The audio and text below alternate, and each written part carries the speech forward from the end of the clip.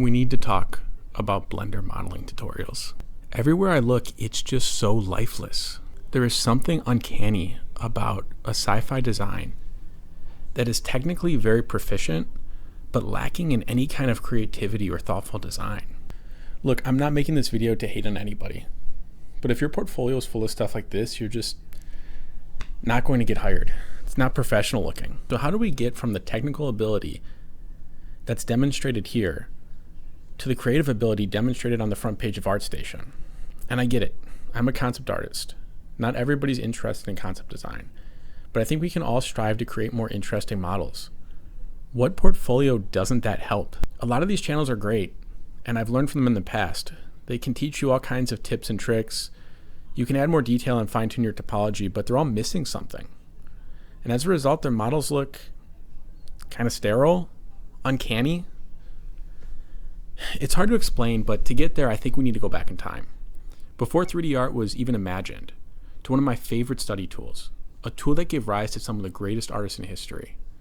Artists like Sargent, Howard Pyle, N.C. Wyeth. They all studied using this tool, and it taught them something about the process of creating art, something we can learn from even today. So what is this tool? It's a series of drawings called Bargue plates. And for those of you who haven't heard of it, they're drawings that an artist named Charles Bargue made, where he studied sculptures and casts with very simple lighting. It was used by all the greatest painters since it was invented.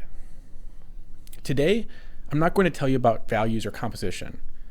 Our problem is more fundamental, something most people don't even realize they're learning. It's about the blockout mindset. Now, I know you clicked on this because you're interested in 3D modeling and design. You want to make robots and spaceships. Why am I telling you about this? Because the process of art is a universal process. So, come with me as we explore this universal creative struggle and dissect how some of the best artists in history solved this problem and figure out how we can use it to improve our portfolios, even in 3D. All right, so what is this Bargue plate blockout mindset that I'm talking about, and how does it relate to good hard surface design? The blockout mindset, it's all about this drawing on the right, really. I mean, everybody wants to go to this rendering because that's what's eye-catching. And this is where most students go wrong, is they get really tempted by this. But a good Bargue drawing is all about this deceptively simple looking drawing. And that's what I want you to treat your hard surface models as. Stay in this mindset and be deceptively simple. So here. All right, so what does this look like when it goes wrong in drawing? Maybe you're a fan of this kind of stuff, but to me, not the most exciting thing. It's the hyper realistic, this is, you sit down with a grid and they copy one for one and they get these results. I mean, it's impressive. There's certainly a lot of skill here. But nobody who's doing this kind of drawing is working in the animation, entertainment industry in any way. This is kind of like hobby stuff for the internet. And to me, it's not exciting. This isn't what I'm into. And I'm guessing it's probably not what's exciting to you either. Now, this stuff, look at that. This is the stuff that I get excited about. And the difference between this and this starts with this. It's all about this blockout mindset. We are not digging into the details first. We're not going in and rendering things. And don't get me wrong, these have detail. There are fine details here. I'm not telling you that you can't have your dessert. I'm telling you that you need to eat your meat and potatoes first. And your meat and potatoes look like this. We have a great example by Jeff Watts here, where you can see he's mapped out, before he started shading things in, this is how he's thinking, this is how he's drawing. How can you take this same mindset and apply it to your hard surface modeling? Well, very easily, actually. We'll find out. Okay, what does this look like in sci-fi? Well, again, not trying to hate on anybody here. A lot of these I learned from. If you want to learn like modeling tricks and tips and topology, like this is it. This is great stuff. But nobody's really talked about this on YouTube. Nobody's really showing, hey, what do I do next? How do I take that next step? Like you're in this place where maybe you've watched these, you've learned hard ops, you're doing all this stuff, but then when you go to make something, it just doesn't come out cool. But they're not telling you about the blockout stage. And that's the difference. Look at that. Now, I don't know about you, but which of these is more exciting to you? Both are technically proficient. Both are, a lot of these are detailed. They look fine. The materials are there. But man, if this stuff on this page doesn't get you excited, you're in the wrong you're in the wrong hobby, you're in the wrong career. This is beautiful stuff.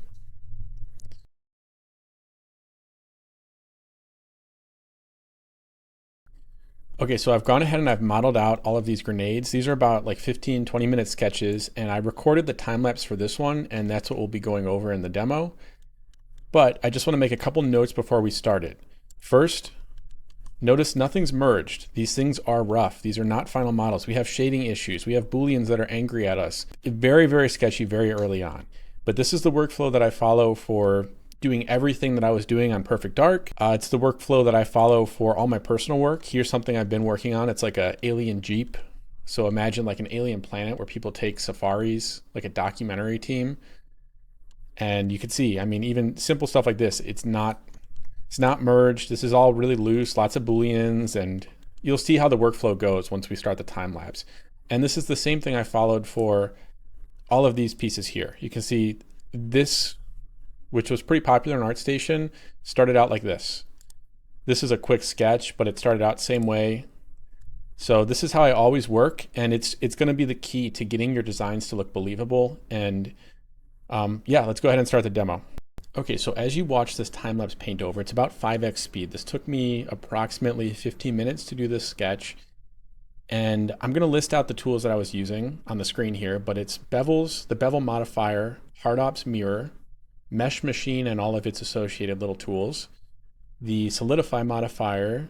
I'm using difference booleans.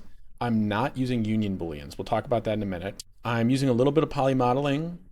I'm using edge loops for sure, insets, extrudes. Duplicate and separate are big. Sometimes I'm converting things to a curve and then giving them some geometry. And then I'm using mesh machine radial array. If anybody has any questions about any of those specific things, it's going to be in more detail in the accompanying Gumroad, which will be completely free, linked in the description. Okay, so things I'm not using. I'm not getting into small bevels. I'm not nitpicking little things, little tiny details. We're not worrying about it.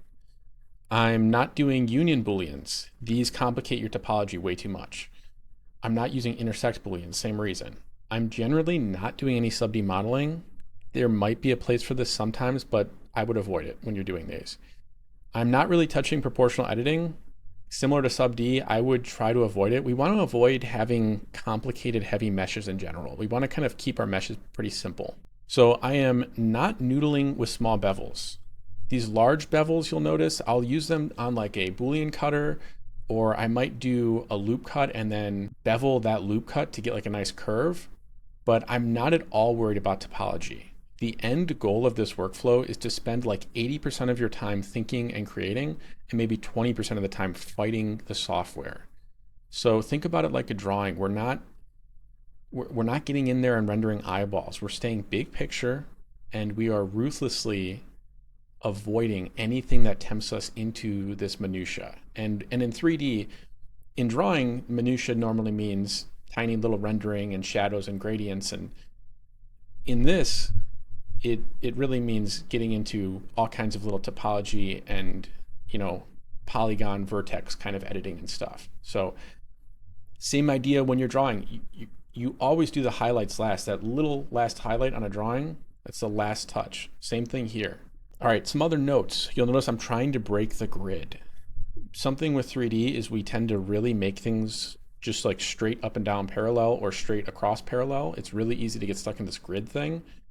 And any way you can break that up with just some curves and slants and cuts can be really useful. So look for plane changes and diagonals, and asymmetry can really be a cool thing too. I'm thinking about how things might kind of click or lock together. So when things are manufactured, you've got these little trims and these nice little details. It's really helpful to have whatever you're modeling. Like I had some grenades up on the side, just pictures of grenades while I was doing this. And you can look for some of those little design cues and realistic elements. And this is a perfect place to start thinking about those things and indicating them quickly. Just be careful not to get pulled into the minutia. Leave things kind of stuck together. You don't even have to necessarily join them. you can get the idea of your sketch across without having to worry about that. Figure that out when you're trying to finalize the model later. Difference booleans are a huge part of this workflow. These might make some topology issues, but for the most part, it's going to look okay. I wouldn't worry too much about it. And the thing that's great about difference booleans is they get you to make interesting shapes that you otherwise wouldn't model through ordinary polygon vertex modeling. So bevels, boolean cutters, try to get creative, explore and make new shapes through these difference booleans. Details can absolutely be thought about, but try to indicate them. So think like a painter. We're implying detail through loop cuts, booleans, insets. Another great method is to get comfortable chopping off pieces and then hitting them with a solidify modifier. This can get some really fun shapes and ideas. In general, try to keep these under 20 minutes, but don't necessarily limit yourself. It's kind of like a guideline. You can absolutely push these further and you can spend longer designing these things. It's just about staying in the appropriate mindsets. Usually when I do these quick sketches, then I would pick one and then go into an actually a little bit more refined blockout where I'm sorting out more of how something functions, maybe indicating more details, but I'm keeping the same mindset, same idea, but just figuring things out more from my design sense. And that should bring us to about the end of our demo. Okay, so that's our time lapse. And just to give you a quick look of the kind of finish that we're reaching with these blockout sketches. If you want to inspect this file closer, it's going to be on Gumroad. You can download the blend file and you can check these out a little bit more closely. But yeah, this is about what I'm looking for if I'm trying to practice my blockouts, and this is where you're going to be doing most of your design. If you're interested in seeing this modeled out in real time, I will have the full-length video on Gumroad. All right, let's go ahead and get into the assignment. So my assignment for you is to do 15 grenades, spending 15 to 30 minutes approximately for each one. Try to apply the blockout mindset and the methods from the demo. I suggest not doing these all in one session. You're going to improve kind of a day at a time. So instead, I would maybe start these as a warm-up for maybe 2 weeks. Do 1 or 2 every morning before you start work. And the improvement's going to happen when you start to give yourself rest. You'll do a session, you'll think about it throughout the day, sleep on things, and then when you start fresh in the morning, you'll be able to apply some new thoughts and give it a fresh go. Okay, if you have any questions and would like a more in-depth process video, I've uploaded a complete lesson with PDF references on Gumroad, totally for free. It's linked in the description below. And if you would like to support future content like this, I have a website called cgcharacters.com. We built a 102 camera photogrammetry array that we use to create models to use in Blender scenes, and we make all these costumes by hand. We work really hard to deliver a fun and useful product that's going to complement your designs and your Blender scenes. Additionally, if you purchase anything on CGC, I will give you free feedback on any of the Gumroad lessons that you complete. So I'm going to keep up with this as long as I can. We have a feedback portal up on our site. You just attach a JPEG, you can put some notes in, and I'll get you some feedback. You can do this as many times as you want. And that's all. We'll see you in the next video.